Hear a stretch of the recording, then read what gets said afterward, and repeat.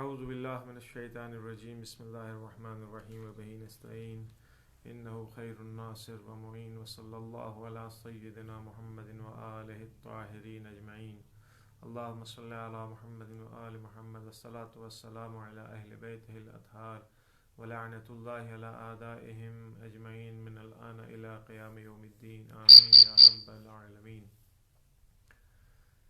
عزیزان محترم، ناظرین کرام، آج 21 رمضان المبارک ہے، گزر گئی 21 رمضان المبارک۔ یہ وقت در حقیقت شام غریبان امیر المومنین علی بن ابی طالب علیہ السلام ہے۔ حضرت کے فضائل و مصائب آپ سن رہے ہیں اور لگاتار سوشل میڈیا کے ذریعے یا جہاں بھی امکان رہا ہوگا حضوری طور کے اوپر آپ حضرات نے سماعت فرمایا ہوگا۔ صرف ایک مختصر سی بات آج آپ کی خدمت میں عرض کروں۔ ضربت لگنے کے بعد امیر المومنین سلام اللہ علیہ کے ضربت لگنے کے بعد سے امام نے کن لوگوں سے ملاقات کی اور کیا گفتگو کی، اس عنوان کے تحت کچھ باتیں آپ کی خدمت میں عرض کر۔ البتہ وقت زیادہ نہیں ہے میرے پاس، جتنا وقت دیا گیا اسی میں انشاءاللہ تمام ملاقاتیں تمام گفتگو بھی بیان نہیں کی جا پائیں گی، چند ان میں سے ایک دو۔ سب سے پہلی ملاقات امیر المومنین سلام اللہ علیہ کی جب حضرت کے سر کے اوپر ضربت لگی ہے، ابن ملجم ملعون، خدا لعنت کرے اس کے اوپر، اس کی قبر کے اوپر قیامت تک، جب ابن ملجم نے امیر المومنین کے سر پر ضربت لگائی ہے، حسنین علیہ الصلوۃ والسلام امام علی علیہ الصلوۃ والسلام کو لے کر کے جب آئے ہیں اور ابن ملجم کو بھی پکڑ کے لایا گیا ہے، یہ پہلی ملاقات تھی، غالباً پہلی گفتگو تھی جو امیر المومنین علیہ الصلوۃ والسلام نے ضربت کے بعد کسی سے کی ہے۔ جب ابن ملجم کو سامنے لایا گیا ہے تو امام نے ایک جملہ کہا اس کو دیکھ کر کے، یا ھذا لقد جئت عظیما وارتکبت عظیما وحطبا جسیما، یعنی امام ایک کنایتاً یہ کہنا چاہ رہے ہیں کہ تم نے کتنا بڑا، یعنی ظاہری ترجمہ اس کا یہ ہے کہ بہت بڑا کام کیا ہے تم نے، لیکن کہنا یہ چاہ رہے ہیں کہ تم نے آخر کتنا بڑا ظلم انجام دے دیا، کتنی بڑی جنایت کے مرتکب ہوئے ہو تم۔ پھر امام پوچھتے ہیں یہ بتاؤ میں تمہارا اچھا امام نہیں تھا؟ ابئس الامام کنت لک حتی جازیتنی بہذا الجزاء، میں تمہارا اچھا امام نہیں تھا، میں تمہیں اچھے کاموں کے لیے ہدایت نہیں کرتا تھا، میں تمہیں اچھے کاموں کی رہنمائی نہیں کرتا تھا۔ پھر امام فرما رہے ہیں، اس سے کہہ رہے ہیں خطاب کر کے کہ مگر جب بھی تم ہمارے پاس آئے ہو، جب بھی ہماری تم سے ملاقات ہوئی، میں نے تم سے محبت اور شفقتیں بہت زیادہ نہیں کیا ہے، مگر میں نے دوسروں کے مقابلے میں تم کو بہت زیادہ ہدیے اور تحفے نہیں دیے ہیں، آخر تم نے ایسا کیوں کیا؟ جبکہ جب میں ہدیے اور تحفے تمہیں دیتا تھا تو یہ مجھے معلوم ایک دن تم مجھے قتل کرو گے۔ وَآثَرْتُكَ عَلَى غَيْرِكَ، امام کہہ رہے میں دوسروں کے اوپر تم کو میں نے ترجیح دیا تھا، لیکن تم نے ایسا کیوں کیا؟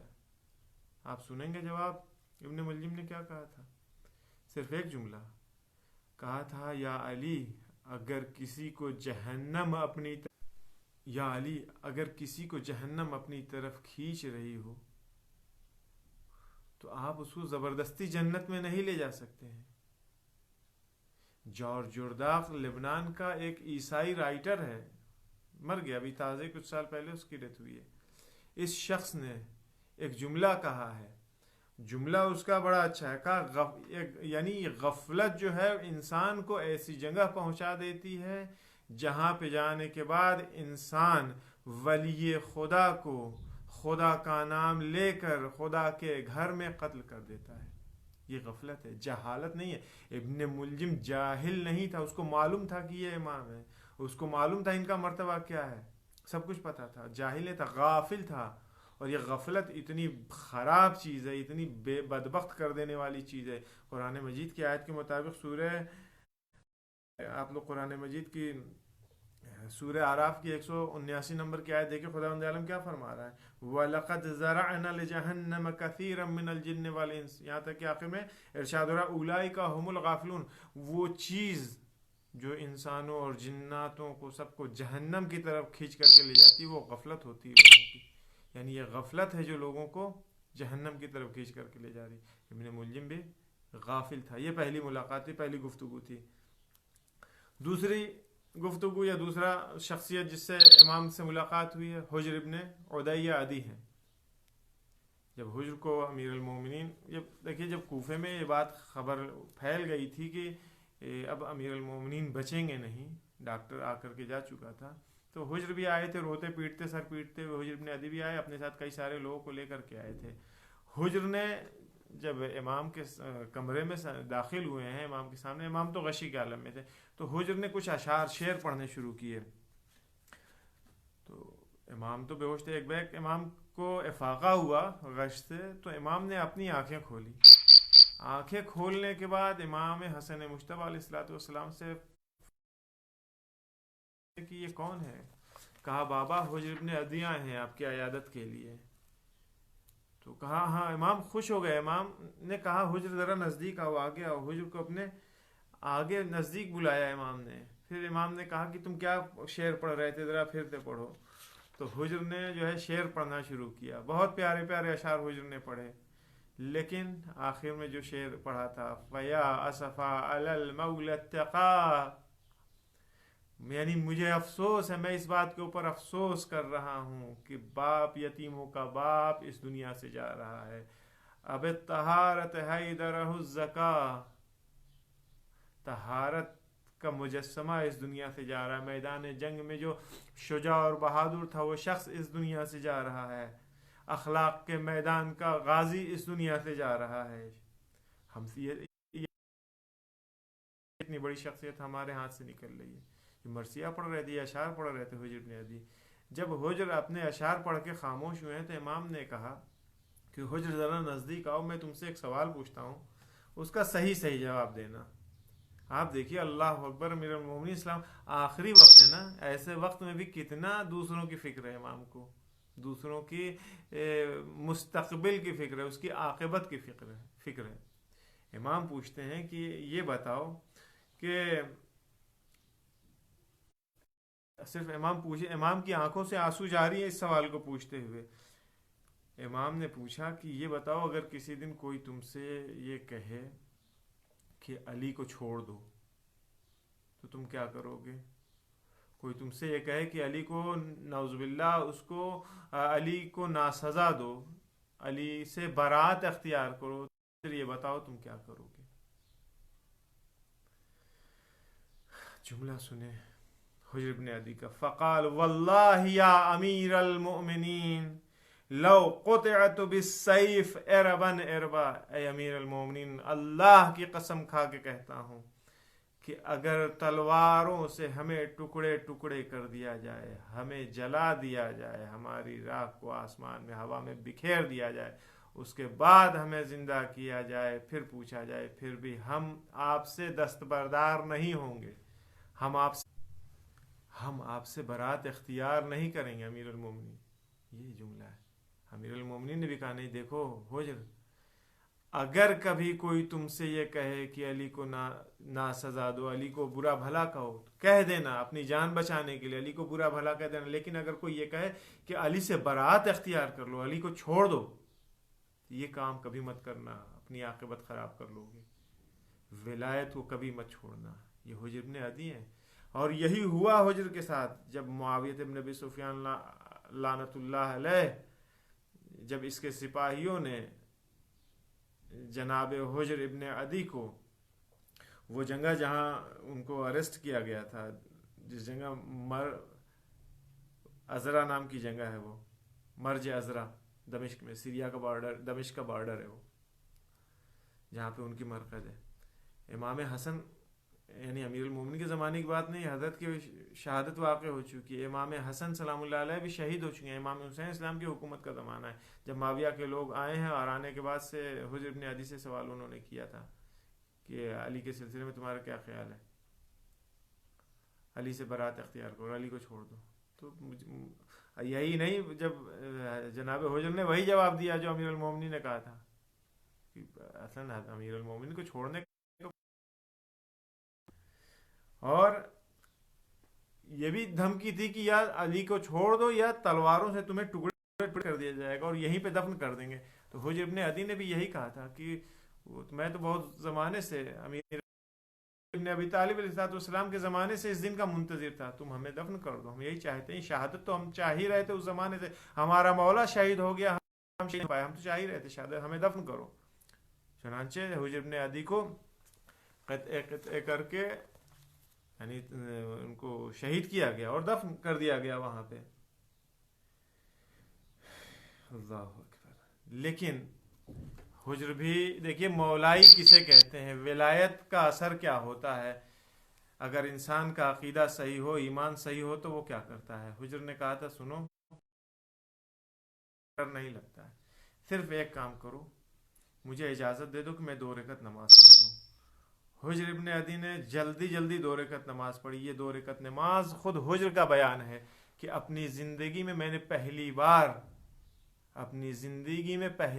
میں نے اتنی جلدی نماز پڑھی، اور لیکن نہ سوچنا کہ حجر ڈر گئے تھے موت سے، اس وجہ سے موت کا وقت طولانی نہیں کرنے کے لیے وہ دھیرے دھیرے نماز پڑھ رہے تھے، یہ نہ سوچنا، لہذا میں نے جلدی جلدی پڑھی ہے کہ میں اپنی موت کو اپنے گلے لگانا چاہتا ہوں۔ یہ ہے حجر ابن عدی۔ پھر پوچھا ان سے کہ کوئی وصیت ہے تمہاری شہادت سے پہلے، قتل کرنے سے پہلے حجر سے پوچھا گیا، فرماتے لا تطلقوا منی حدیدا ولا تغسلوا عنی دما فانی لاق معاویۃ غدا علی الجادہ۔ حجر بن عدی نے کیا کہا کہ صرف ایک بات کہوں گا کہ یہ جو لوہا لکڑ تم نے ہمیں پہنا رکھا، اسے ہمارے جسم سے جدا نہ کرنا، ہمارے جسم سے نکلتے ہوئے خون کو صاف نہ کرنا، ہمیں غسل اور کفن ہمیں نہ کرنا، ہمیں اسی طرح سے دفن کر دینا، تاکہ جب ہم اپنے مولا امیر المومنین کی بارگاہ میں جب ہم پہنچیں تو ہم شرف یاب رہیں، ہم کہیں گے مولا دیکھیے یہ ہمارا خون ہے، آپ کی راہ میں ہم نے بہایا، اور یہی غل و زنجیر جو ہمارے ہتھکڑی بیڑی توق سلاسل ہمارے جسم کے اوپر ہے، ہم اسی کے ساتھ پروردگار عالم کی بارگاہ میں حاضر ہونا چاہتے ہیں، وہاں جا کر کے معاویہ سے ہم محاجہ کریں گے، مخاصمہ کریں گے، پروردگار عالم کی بارگاہ میں معاویہ کی شکایت کریں گے۔ یہ ہے ولایت، یہ ہے حجر بن عدی جو راہ ولایت کے اوپر تھے۔ خوب، تیسری شخصیت حبیب ابن عمر۔ حبیب ابن عمر یہ وہی شخص ہیں جو تقریباً ڈاکٹر جس وقت حضرت علیہ السلام کے گھر میں داخل ہوا ہے اسی وقت یہ بھی داخل ہوئے تھے حضرت علیہ السلام کے گھر میں، اور جیسے ہی ان کی نگاہ حضرت کے زخم کے اوپر پڑی تھی چیخ مار کے رونا شروع کیا تھا۔ امیر المومنین سلام اللہ علیہ نے کہا تھا کہ حبیب کیوں رو رہے ہو، کیا وجہ ہے؟ کہا مولا آپ کے سر کا زخم، تو ان کو تسکین دیا، تسلی دیا تھا، کہا کہ رو مت، تم کو معلوم ہے میں نے پیغمبر اسلام کو خواب میں دیکھا ہے، میں نے زہرہ مردیہ کو خواب میں دیکھا، رسول اللہ ہم سے کہہ رہے تھے یا علی حلم الینا، ہماری آ جاؤ، جلدی آ جاؤ، یہ جگہ جہاں تم رہ رہے ہو اب یہ تمہارے رہنے لائق نہیں، یہاں کی جگہ اچھی ہے اس جگہ کے مقابلے، مجھے بہت خوشی ہو رہی ہے، تم رو مت۔ یہ تیسری گفتگو تھی۔ اسبق ابن نباتہ اصحاب خاص میں سے ہیں امیر المومنین کے، شرطۃ الخمیس میں سے، security force, special security force حضرت کی تھی، اس میں کہ معلوم ہے واقعہ آپ نے سنا ہوا ہے، دروازے بیٹھے رو رہے ہیں کہ ہم نہیں جائیں گے، امام حسن مجتبیٰ سے زبردستی کر کے اندر گھر میں آئے اجازت لے کر کے۔ یہ وہ کے جن سے حضرت نے اپنے آخری وقت میں بھی کچھ نہ کچھ باتیں بیان کی ہیں، کچھ نہ کچھ کہا ہے۔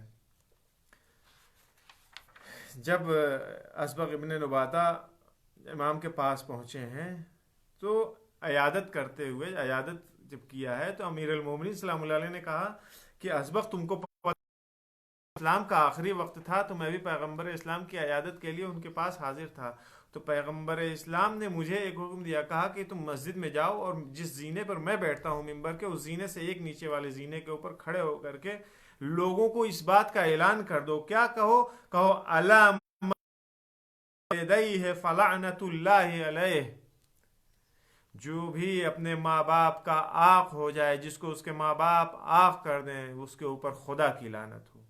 پھر دوسرا جملہ جو رسول اللہ نے فرمایا، الا من ابقى من موالیہ فلعنۃ اللہ علیہ، جو غلام، جو نوکر اپنے مالک سے بھاگ جائے، فرار کر جائے، اس کے اوپر بھی اللہ کی لعنت ہو۔ اور تیسرا جملہ، الا من ظلم اجیرا اجرتہ فلعنۃ اللہ علیہ، کوئی کسی کارگزار کے اوپر، اپنے کسی کام کرنے والے کے اوپر، مزدور کے اوپر ظلم کرے، جو اس کا کام کرتا ہے اجرت کے اوپر پیسے لے کے جو اس کا کام کرتا اس کے اوپر اگر کوئی ظلم کرے تو اس کے اوپر بھی خدا کی لعنت ہو۔ امیر المومنین مسجد میں آتے ہیں اور ان تینوں جملوں کو امیر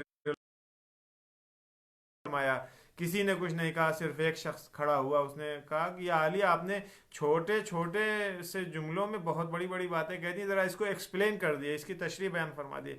حضرت نے فرماتے ہیں اسبغ ابن نباتہ سے کہ یا اسبغ، میں وہاں پہ میں نے کچھ نہیں کہا، میں چپ چاپ اس کی بات سن کر کے واپس آ گیا اور پیغمبر سے آ کر کے میں نے سارا ماجرا بیان کیا کہ فلاں شخص مجھ سے اس کی تشریح پوچھ رہا تھا، لیکن میں نے اس کا کوئی جواب نہیں دیا ہے۔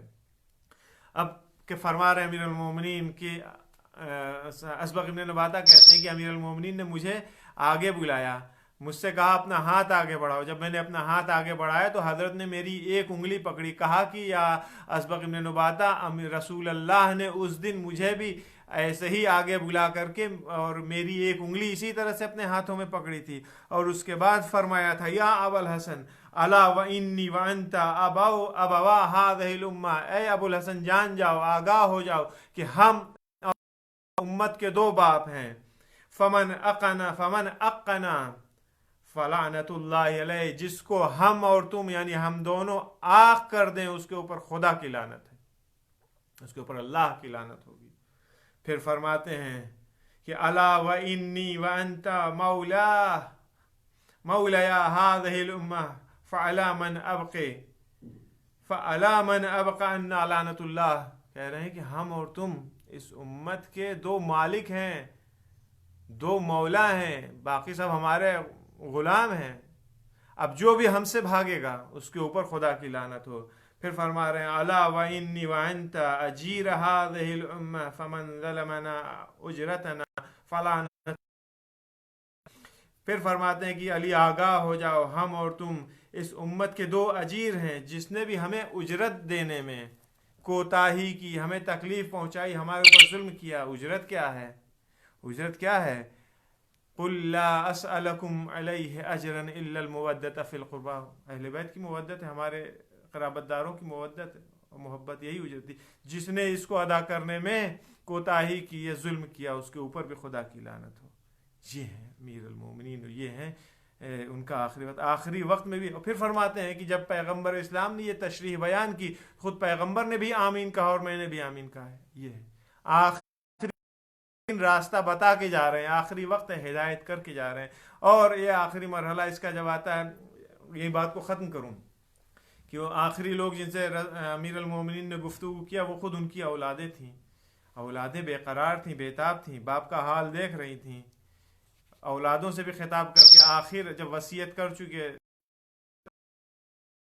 تو ایک جملہ کہا تھا امیر المومنین نے، فرمایا تھا انا بالامس صاحبکم، کل تک میں تم لوگوں کا صاحب تھا، سردار تھا، حاکم تھا، خلیفہ تھا، قدرت میرے پاس تھی، سب کچھ میرے پاس تھا، لوگوں کے امور کو میں دیکھتا تھا۔ انا اليوم عبرۃ لکم، لیکن آج 20 رمضان کی بات ہے نا یہ، لیکن آج بھی اس رمضان کو علی فرما رہے ہیں کہ میں عبرت ہوں تم لوگوں کے لیے، مقام عبرت ہوں۔ پھر کہتے ہیں وغدن مفارقکم، اور کل میں تم لوگوں کو چھوڑ کے چلا جاؤں گا۔ یہ ہے انسان کی زندگی، یہ ہے انسان کی زندگی۔ امیر المومنین کی زندگی اس دنیا میں متضاد، یعنی ایسی شخصیت تھی حضرت علی علیہ الصلوۃ والسلام کی، جو تنہا کائنات کی زندگی تھی، ذات چیزیں اکٹھا ہوتی تھیں۔ ہمارے اس جملے کے اوپر غور کیجیے گا اور سوچیے گا، اس کو ایکسپلین نہیں کروں گا، پھر کبھی زندگی میں توفیق ہوئی تو بتاؤں گا اس بارے میں، کہ حضرت علی علیہ الصلوۃ والسلام کی زندگی واحد ایسی شخصیت ہے کائنات کی جس کے اندر ساری متضاد چیزیں بیک وقت اس کے اندر موجود ہیں، اکٹھا ہیں۔ مثال کے طور پر میں اپنی بات کہوں، میں اس وقت یہاں بیٹھا ہوں نہیں ہوں، میں نے یہ لباس پہن رکھا ہے، اس کا مطلب دوسرا لباس میں نے نہیں پہن رکھا ہے، میں فلاں چیز مجھے آتی ہے، اس کا مطلب دوسری چیز، اس کے اپوزٹ جو چیز ہوگی وہ مجھے نہیں آتی ہوگی۔ لیکن امیر المومنین کی وہ ذات وہ ہے جس کے اندر سارے متضاد چیزیں موجود ہیں۔ اس کے اوپر غور کیجیے گا۔ باتوں کو ختم کرتا ہوں۔ صلی اللہ علیہ یا امیر المومنین، السلام علیک یا ابا الحسن